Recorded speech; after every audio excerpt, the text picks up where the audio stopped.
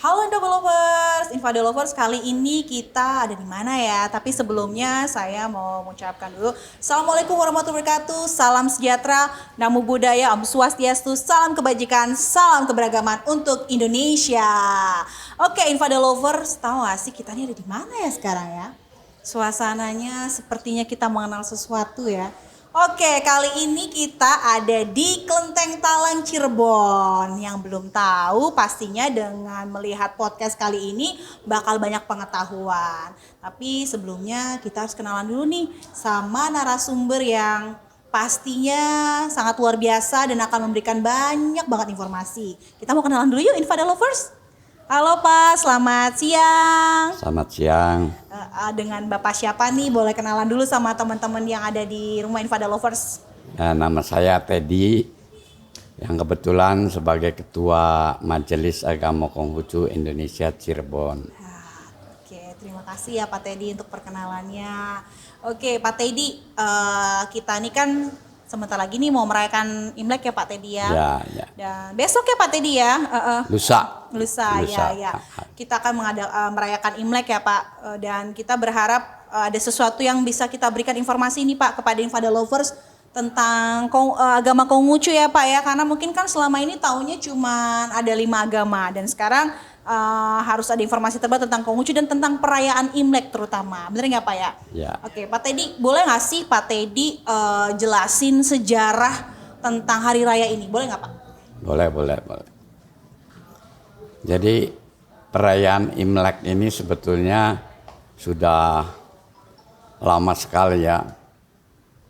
Jadi kalau menurut sejarahnya sih 2200 tahun sebelum Masehi sudah ada ketika dinasti Xia ya. Cuman masih belum ada kecocokan dengan musim. Jadi ketika itu dilaksanakan pada tanggal 4 Februari. Tanggal 1 Imleknya itu 4 Februari. Nah ketika dinasti berikutnya yakni dinasti Xiang itu mundur 1 bulan yaitu 4 Januari. Tapi kemudian pada dinasti berikutnya lagi dinasti Zhou mundur malah tanggal 22 Desember.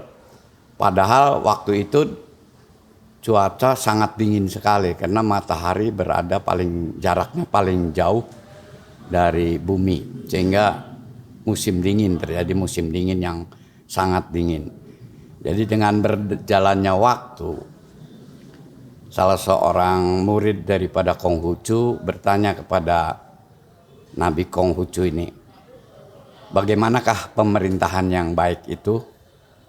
Nah beliau berkata, kembalilah kepada sistem penanggalan dinasti Xia. Jadi yang pertama sekali menetapkan tahun baru Imlek. Jadi setelah pergantian dinasti, yakni zaman dinasti Han, kurang lebih 200 sebelum Masehi sampai 200 sesudah Masehi itu pemerintahan dinasti Han. Nah, salah seorang kaisarnya yang bernama Han Wuti menetapkan penanggalan Imlek itu berdasarkan dinasti Xia, itu yang awal sekali. Jadi tahun baru Imlek jatuh pada tanggal 20 Januari sampai dengan 19 Februari. Jadi antara 20 Januari dengan 19 Februari. Nah, di sana dilakukan penyesuaian berdasarkan peredaran matahari dan peredaran bulan. Sehingga pada saat itu matahari ada di 23,5 derajat lintang selatan. Sehingga cocok untuk pertanian. Jadi zaman dulu disebutnya sebagai Kongceli. Kongceli itu namanya artinya penanggalan Konghucu.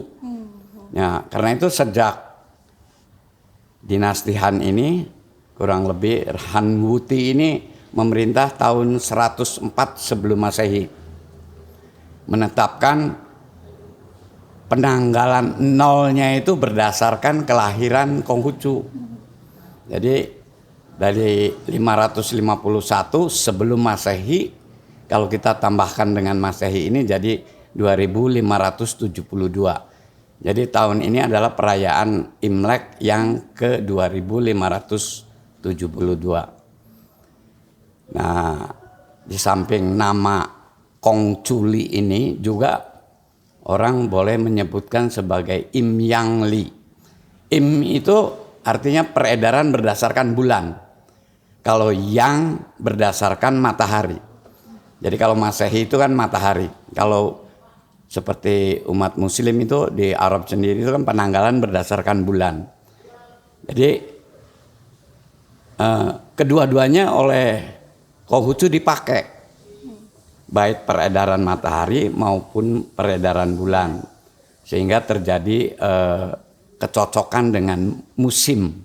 Karena ini untuk kepentingan masyarakat, terutama para petani. Juga terutama untuk para nelayan gitu, yang berhubungan dengan musim. Karena itu ada juga yang menyebutnya Im Yang Li atau Im Yang Lek. Nah, tapi sekarang ini orang lebih mengenalnya Imleknya saja. Ya, betul. Ya, tapi nggak apa-apa lah ya. Karena memang berdasarkan bulan pada umumnya, jadi sebutan Imlek nggak jadi masalah. Jadi bagi umat Konghucu, tahun baru Imlek adalah sesuatu yang bersifat keagamaan, di mana raja-raja zaman dahulu itu ketika menyambut tahun baru mengadakan upacara-upacara besar untuk menyampaikan rasa syukur bahwa rakyat itu kembali bisa berkegiatan untuk melakukan cocok tanam untuk kehidupan masyarakat sehari-hari. Jadi perayaan Imlek itu merupakan suatu perayaan keagamaan dalam pandangan agama Konghucu. Kalaupun ada masyarakat Tionghoa yang beragama lain yang bukan Konghucu, ya boleh saja merayakan acara tahun baru ini, walaupun tidak disertai dengan keagamaan, tapi berupa perayaan-perayaan saja, ya.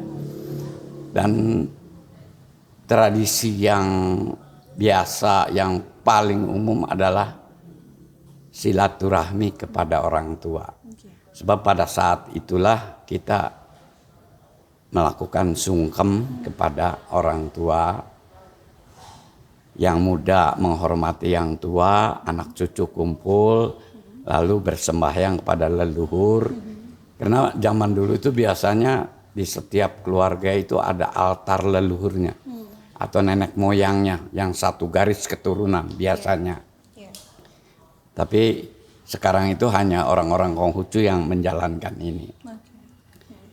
Ya, setelah bersembahyang, sungkem kepada orang tua, kepada yang generasi muda biasanya dibagi-bagikan angpao sebagai ya rezeki lah.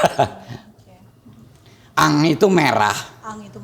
Pao itu bungkusan, jadi bungkusan merah ya. Ada isinya. Amplop ya, amplop merah itu angpao namanya. Oke, iya Pak. Seperti itu ya Pak, sejarah singkat. Menarik sekali ya Pak. Ternyata jadi kalau tahun ini Imlek itu adalah tahun 2572. Dan ternyata Infada Lovers sama banget ceritanya sejarah Imlek ini, perayaan ini sama seperti ketika Lebaran atau mungkin pas Christmas juga ya Pak sebenarnya ya Pak ya. Tapi ada juga kesamaannya adalah bersilaturahmi, ada sungkemnya juga. Nah jadi Infada Lovers harus tahu nih, ternyata perayaan Imlek itu sama sebenarnya sama beberapa agama yang lain, yaitu adanya silaturahmi, adanya sungkem dari yang muda ke tua, tua ke muda gitu ya Pak. Ada tradisi-tradisi, namun di tradisi Imlek untuk agama Konghucu itu ada yang namanya kepada keagamaan, ritual keagamaan gitu ya Pak ya. Wow, Infada Lovers ini pengetahuan banget ya. Dan tadi dijelasin juga sama Pak Teddy tentang angpau ya Pak. Ang itu merah, pau itu bungkusan. Jadi angpau bungkusan merah, ada duitnya gitu ya Pak. Oh bukan, bener? Ya Pak, sebenarnya saya juga mau tanya lagi nih Pak. Makna Imlek sendiri sebenarnya selain tadi apakah tadi kan sejarah ya Pak di masa lalu. Apakah ada pergeseran Pak perayaan Imlek itu meaningnya Pak di zaman dahulu dengan era yang sekarang? Apakah sama aja atau bagaimana? Ya sebetulnya sama saja, yang berubah itu justru manusianya. Manusianya. Ya kalau dulu ketika sebelum era Orde Baru, zamannya presiden yang pertama kita, masyarakat Tionghoa itu 99% adalah agama Konghucu. Tapi setelah zamannya Orde Baru, ketika pemerintah mengeluarkan peraturan pemerintah nomor 14 tahun 67, itu semua yang berbau Cina itu dilarang. Jadi entah itu sekolah, tulisan, agama, adat istiadat, tradisi, jadi semua harus diganti. Termasuk nama-nama pribadi juga waktu itu harus diganti. Seperti nama saya itu Chiu Kong Giok. Tapi harus dirubah. Jadi datanglah ke catatan sipil atau ke pengadilan untuk merubah nama jadi Teddy. Tapi tidak merubah nama asli ya Pak. Kalau di akte kelahiran apakah tetap menggunakan nama Tionghoa? Kalau akte lahir tetap nama Tionghoa. Nama ya? Tionghoa. Tionghoa. Hanya panggilan Indonesia dari nama bahasa Indonesia Teddy gitu ya Pak ya. Ya, tapi tetap harus kalau ada hal-hal yang penting, akte kelahiran tidak dipakai. Tapi akte ganti nama ini yang dipakai. Jadi tetap kalau hal-hal seperti KTP, untuk memasukkan, membuka rekening di bank itu harus menggunakan KTP ini karena KTP-nya sudah diganti gitu. Jadi semua harus dengan nama-nama Indonesia. Jadi setelah itu, karena negara kita adalah negara Pancasila yang berdasarkan ketuhanan yang Maha Esa, maka dengan keluar peraturan nomor 14 ini, orang Tionghoa berbondong-bondong memilih, mencari agama apa yang dia cocok untuk pindah. Ya, hijrah ke agama Kristen, Katolik, atau Buddha, atau Hindu, atau Islam, boleh siapa saja. Jadi kalau sekarang ya lebih besar kepada Kristen dan Katolik ya. Maka ketika zaman Soeharto merayakan, diadakannya kita itu orang Tionghoa yang beragama Konghucu merayakan Imlek, ya sangat sedikit. Betul. Ya kan, pasti hanya beberapa gelintir orang yang masih kuat percayaannya. Itu pun sambil rasa was-was, karena dilarang sih, tidak boleh. Betul, ya. betul. Jadi paling dilakukan di rumah masing-masing atau pergi ke tempat-tempat ibadah hanya sekedar untuk bersembahyang. Jadi setelah era ini selama 32 tahun, tinggal yang tersisa seperti saya yang sudah umur 68 ini masih bertahan. Jadi hanya generasi tua saja yang masih. Anak-anak muda sudah kurang sekali, sedikit. Ya. Oke Pak, menarik sekali ya Indifada Lovers. Jadi Pak Teddy ini adalah salah satu tokoh ya dari umat agama Konghucu yang ada di Cirebon, dan beliau ini setahu saya pribadi Indifada Lovers sangat banyak sekali sejarah dan pengetahuan yang beliau berikan. Sangat welcome juga ya Pak ya untuk mengetahui bagaimana sih agama Konghucu. Jadi dulu tuh memang sempat mengalami kesulitan ya Pak, sampai akhirnya kalau nggak salah Pak zaman Gus Dur ya Pak. Ya. Zaman Gus Dur ya Pak ya. Ya setelah Gus Dur menjadi presiden, betul, baru diperbolehkan. Betul. Jadi sebetulnya PP nomor 1 tahun 65 itu masih berlaku. Ya. Cuman oleh pemerintahan Orde Baru dipetieskan, jadi tidak di itu. Nah ketika Bapak Gus Dur menghidupkan kembali, barulah boleh gitu. Betul, karena memang Bapak Gus Dur itu adalah salah satu tokoh kemanusiaan ya Pak ya, dari keberagaman juga. Oke, Infada Lovers, sekali saya akan bertanya lagi nih Pak. Ya, tadi kita dengan sejarah gitu. Pak, biasanya tradisi apa sih yang biasanya, tadi kan sudah sungkeman dan segala macam, tradisi apa lagi Pak selain juga ada upacara keagamaan terhadap leluhur ya Pak ya.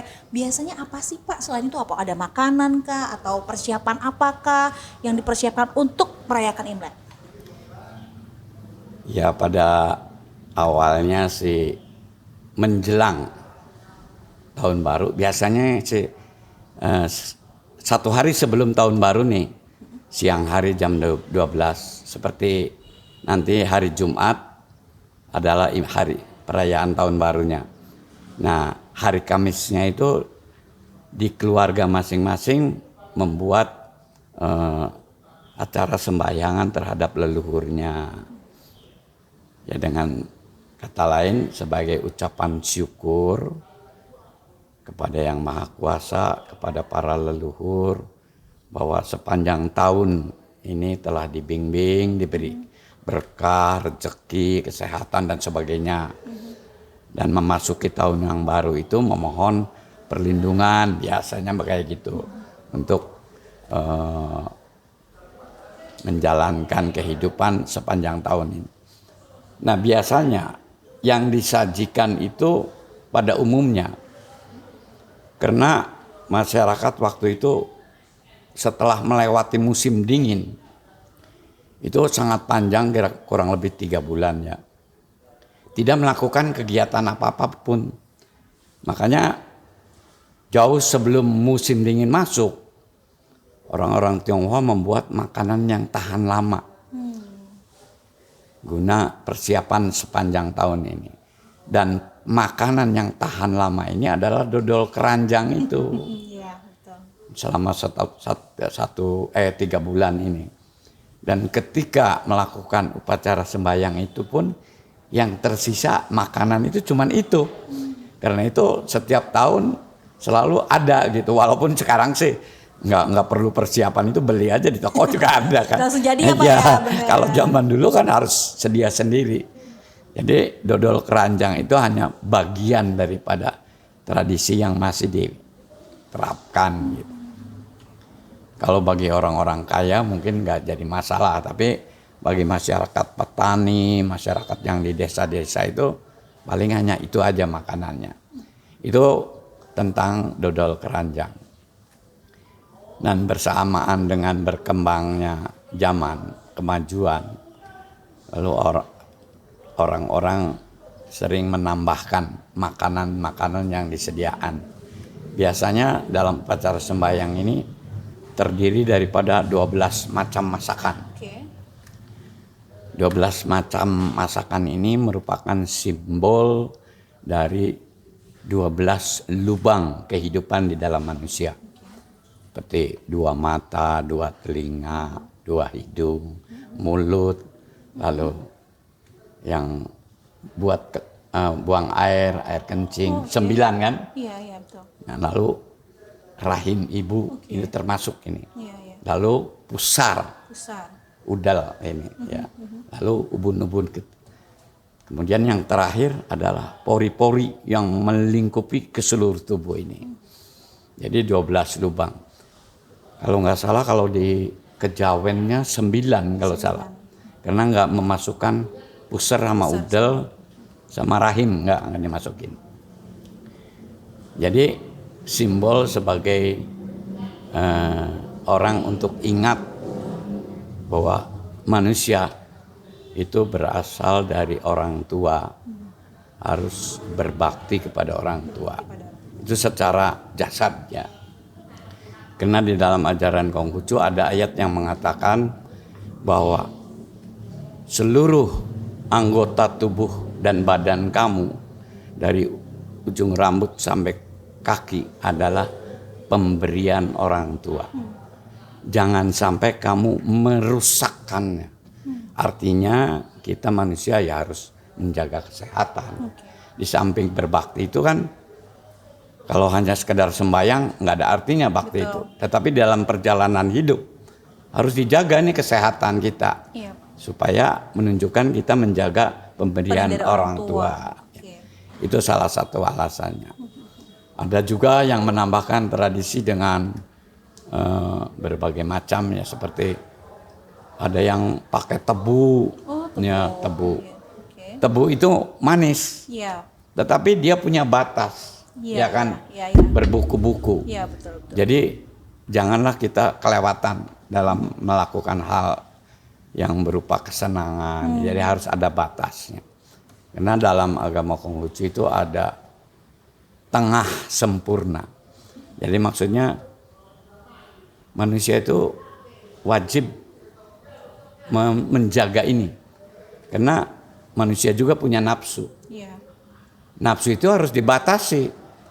Kalau enggak, ya bisa kelewatan dan akhirnya bukan lagi manusia.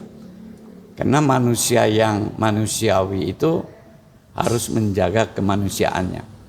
Makanya kalau AA Gimma jagalah hati kan. Iya, jagalah hati. Kalau dalam agama Konghucu, jagalah hati. Pelihara watak sejati.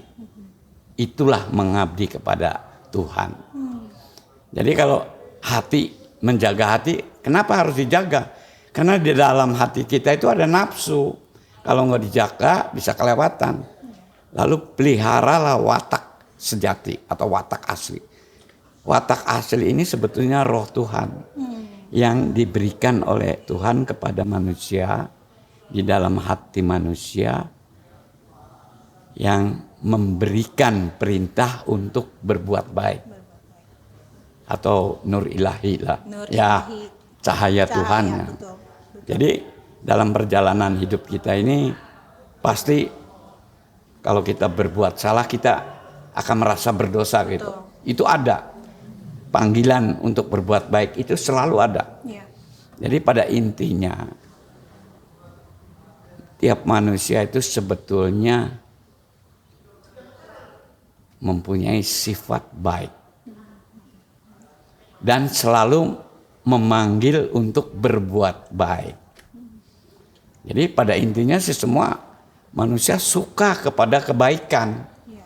Jadi nggak ada orang yang suka dipukul, nggak ada orang yang suka dihina, nggak ada orang yang suka dimarahin.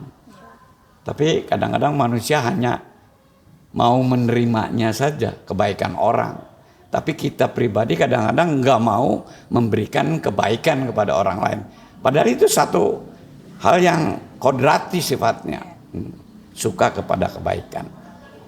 Nah biasanya untuk menjaga ini, lalu Nabi Konghucu berkata, jangan lakukan apa yang tidak patut kamu lakukan. Jadi harus dikontrol sendiri, ini patut nggak diberbuat. Atau ada ayat yang paling populer, apa yang kamu tidak suka, jangan diberikan kepada orang lain. Jadi artinya kalau kamu tidak mau ditempeleng, jangan nempeleng. Okay. Kalau kamu tidak mau dihina, jangan menghina. Okay. Nah itu kan butuh kontrol. Nah ini kalau di dalam bahasa Indonesia atau kejawen namanya ngaji rasa atau tepasarira gitu ya. Yeah. Atau tenggang rasa, yaitu dalam sudut moral ya, tapi ya bukan dari suka tidak suka kepada benda, bukan, tapi dalam moral. Jadi orang Konghucu itu menjaga itu dengan diingatkan melalui lambang tebu ini. Oh tebu, jadi tebu. Itu ada batasnya gitu, Okay. jadi nggak boleh berlebihan, harus dijaga ini hati. Kalau nafsu sih nggak boleh dihilangin. Okay. Bab kalau nafsu dihilangin kita nggak berkembang biak dong, nggak punya anak, nggak bisa berkembang maju, pengen maju gitu. Yeah. Nah salah satu ini juga kenapa manusia selalu mengarah kepada baik, pengen hidup lebih baik kan, rumah pengen yang baik. Itu adalah kodrati, bukan hanya urusan moral saja, tapi duniawi juga. Istri ya pengennya yang cantik, lebih bagus lagi, pinter, kaya lagi, ya kan? Pasti senang, itu ngarahnya yang kebaik Iya, selalu, betul, gitu betul. kan? Bukan tidak boleh, tetapi kita harus membatasi. Betul. Jangan cari duit kaya baik, tapi dari yang nggak baik, Iya, caranya iya, betul. mencuri atau ngerampok atau korupsi dan sebagainya. Jadi cara inilah yang harus ditempuh. Jadi ini sesekelumit sedikit tradisi yang di rumah. Kemudian ada orang ingin bersembahyang kepada nabinya melalui para dewa-dewa atau malaikat atau para danyang atau para pengerah alam ya yang ada di dalam kelenteng-kelentengnya. Jadi kalau di sini sebetulnya khusus untuk agama Konghucu nih. Iya, iya Pak. Kalau di sini, kalau di kelenteng yang lain kan banyak dewa-dewanya Dewanya, gitu. betul. Nah kalau sini pun ada, ini adalah dewa bumi, Dewa bumi ya Pak. itu dewa langit. Dewa langit. Ini adalah teladanan daripada manusia. Ini asalnya manusia. Oke. Ini Quan Kong kan ceritanya di Three Kingdoms itu, Quan Yi itu. Sebagai pahlawan yang setia kepada negara dan memegang teguh kebenaran. Makanya Tionggi dan orang harus meneladani ini gitu. Jadi kalau ada para dewa di sini berhubungan dengan agama Konghucu ajaran. Kalau di sana mungkin macam-macam kalau di kelenteng-kelenteng lainnya. Oke. Dan di sini juga tempat ibadah ini dijadikan tempat untuk mendengarkan ceramah-ceramah tentang isi ajaran Konghucu yang sesungguhnya. Umumnya kan kalau kelenteng itu biasanya hanya sekedar untuk minta sembahyang, memohon, ya. Tapi kalau di sini dilakukan juga ceramah. Nah, tempat-tempat seperti ini atau kebiasaan orang-orang Tionghoa yang beragama Konghucu melakukan sembahyang kepada Tuhan maupun kepada leluhur itu dilakukan setiap tanggal 1 dan tanggal 15 Imlek atau berdasarkan peredaran bulan ya. Jadi kalau tanggal 1 itu pasti bulan Sabit. Kalau tanggal 15 itu pasti bulan purnama. Jadi ini yang wajib. Adapun yang kesehariannya ya boleh aja di rumah setiap hari gitu. Dan biasanya yang paling pertama harus dilakukan untuk melakukan upacara sembahyang itu harus menghadap ke langit. Ke langit. Nah, sembahyang kepada Tien Kung ya. Tien itu langit, Kung itu mbah, kakek atau ya yang dituakan lah, leluhur lah. Tetapi dalam agama Konghucu Tuhan itu sebetulnya bersifat roh. Tidak boleh ditetapkan apalagi di kira-kira gitu, nggak boleh sama karena bersifat roh. Maka untuk menghindari personifikasi manusia itu dari akhirnya harus menghadap ke langit gitu. Kalau orang bilang tentang Tuhan kan pasti ke sana, nggak mungkin ke sini gitu. Tuhan itu kan pasti ke sana. Jadi di mana tempatnya ya nggak tahu kita juga, ya kan? Apa bentuknya juga nggak tahu. Jadi setelah tahun baru Imlek, tanggal 1, nanti tanggal 9 Imlek itu upacara sembahyang kepada Tuhan yang Maha Esa. Jadi di rumah-rumah mereka khusus sembahyang di depan pintu biasanya. Kalau di sini ya di sini menghadap ke langit atau di depan. Khusus kepada Tuhan. Itu hari yang ke-9. Karena 9 itu dianggap hari yang paling atas, tinggi. Ya. Jadi tanggal 9. Nanti setelah seminggu kemudian adalah tanggal 15. Nah ini yang namanya Cap Gome. Cap Gome. Makanya ya Pak. Iya, karena tanggal 15 ini bulan purnama perayaan selesai.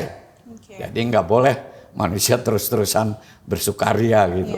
Tanggal 15 mulai menjalankan kehidupan seperti biasa gitu. Oke, menarik sekali. Makanya tadi jadi ada banyak falsafahnya ya Pak dari tata cara ataupun apapun yang dilakukan, seperti tadi ada dodol ya Pak ya, terus juga dodol. Tebu. Jadi ada nilai-nilai kehidupan ya Pak dengan adanya bisa dikatakan hal-hal yang dipersiapkan pada saat untuk memperingati hari Imlek ya Pak. Terus Pak, apakah ada perbedaan nggak sih Pak Imlek tahun lalu dengan tahun sekarang kira-kira?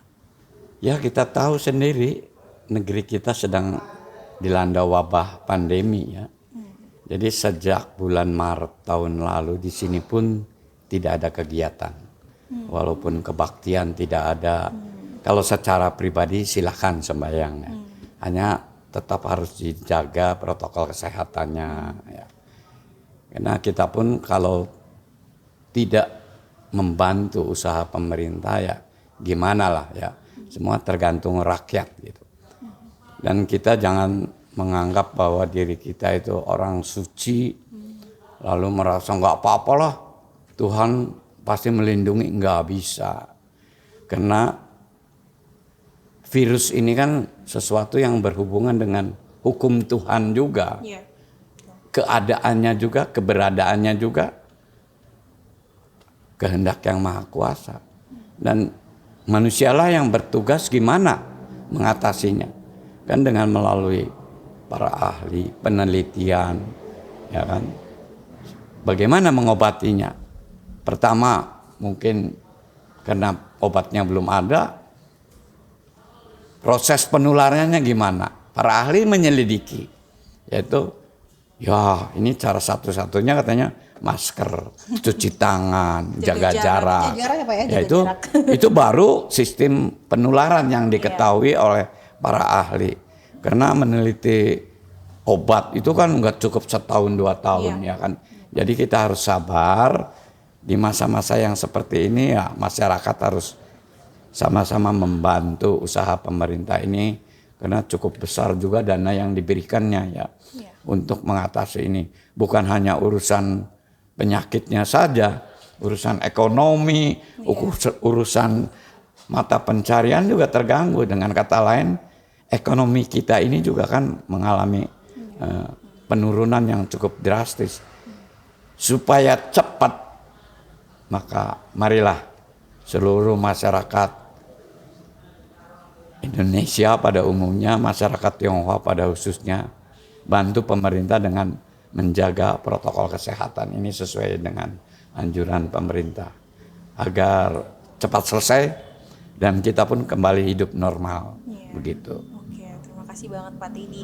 Jadi Imlek ini sudah kita tadi dijelasin semua ya, sejarahnya apa saja dan bagaimana makna-makna yang diadakan ya Pak ya, dan juga tentang semuanya sebenarnya menghadap kepada Tuhan ya Pak. Fokusnya sebenarnya pada Tuhan ya Pak ya. Dan sebenarnya ada banyak tradisi-tradisi yang sama di antara agama.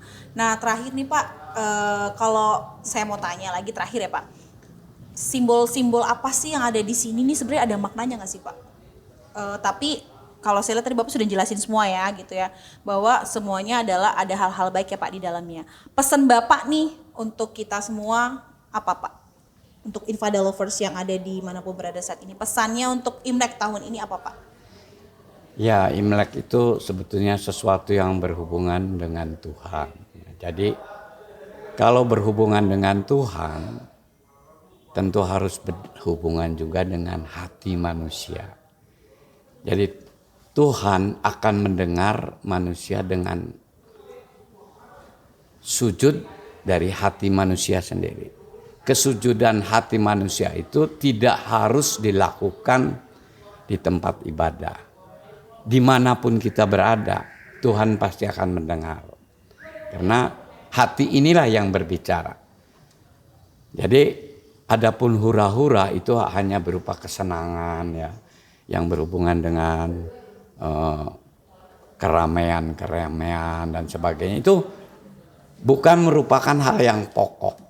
Bukan yang inti, tapi yang intinya adalah ucapan syukur kepada Tuhan bahwa kita sudah memasuki musim semi untuk berkehidupan yang lebih normal, lebih lancar gitu.